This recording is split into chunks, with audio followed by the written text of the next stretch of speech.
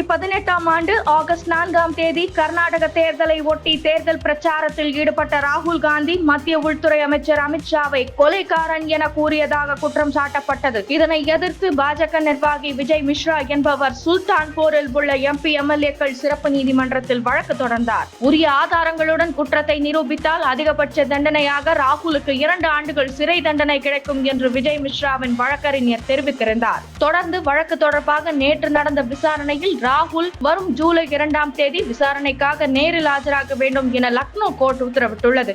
ஏற்கனவே எல்லா திருடர்களின் பெயரும் மோடி என்றே முடிகிறது என கூறியதை எதிர்த்து தொடரப்பட்ட வழக்கில் கடந்த முறை MP பதவி இழந்த ராகுல் உச்சநீதிமன்றம் சென்று மன்னிப்பு தெரிவித்து பின்னர் பதவியை மீட்டெடுத்தார் என்பது குறிப்பிடத்தக்கது.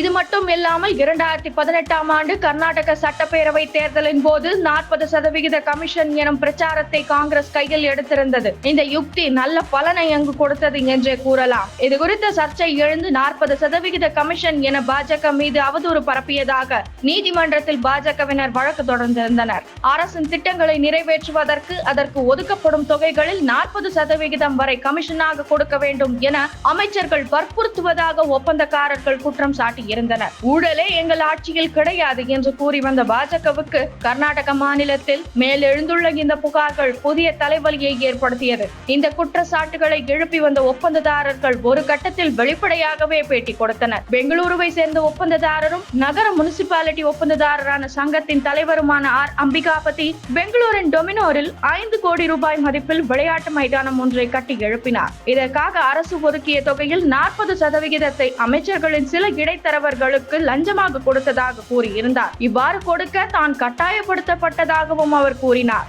அவரது பேட்டி கடந்த 2022ஆம் ஆண்டு பரபரப்பை கிளப்பியது.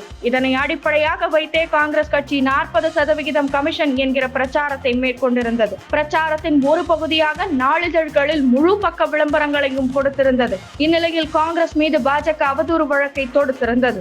கர்நாடக பாஜக MLA-வும் முன்னாள் மாநில பொதுச் செயலாளருமான கேசவ் பிரசாத் சிறப்பு நீதிமன்றத்தில் வழக்கம் தொடுத்திருந்தார். அதில் சட்டசபை தேர்தலின் போது முதல்வர் சித்தராமையா மற்றும் துணை முதல்வர் DK சிவகுமார் ஆகியோர் பொய்யான குற்றச்சாட்டுகளை கூறி மாநில மக்களை தவறாக வழி நடத்தி உள்ளனர். எனவே IPC பிரிவு 500-இன் கீழ் அவர்களை தண்டிக்க வேண்டும் என்று குற்றம் சாட்டியிருந்தார். இந்த வழக்கில் முதல்வர் சித்தராமையா, துணை முதல்வர் DK சிவகுமார் ஆகியோர் நீதிமன்றத்தில் ஆஜராகி ஜாமீன் பெற்றிருந்தனர்.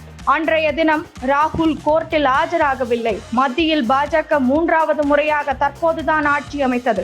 10 ஆண்டுகளுக்கு பிறகு மக்களவைக்கு எதிர்க்கட்சி தலைவராக நேற்றுதான் ராகுல் பதவியேற்றார். ராகுல் மீதான வழக்குகள் இப்போது மீண்டும் விசாரணைக்கு வரும் நிலையில் பரபரப்புக்கு பஞ்சம் இல்லாமல் அரசியல் களம் சூடு பிடிக்க தொடங்கியுள்ளது.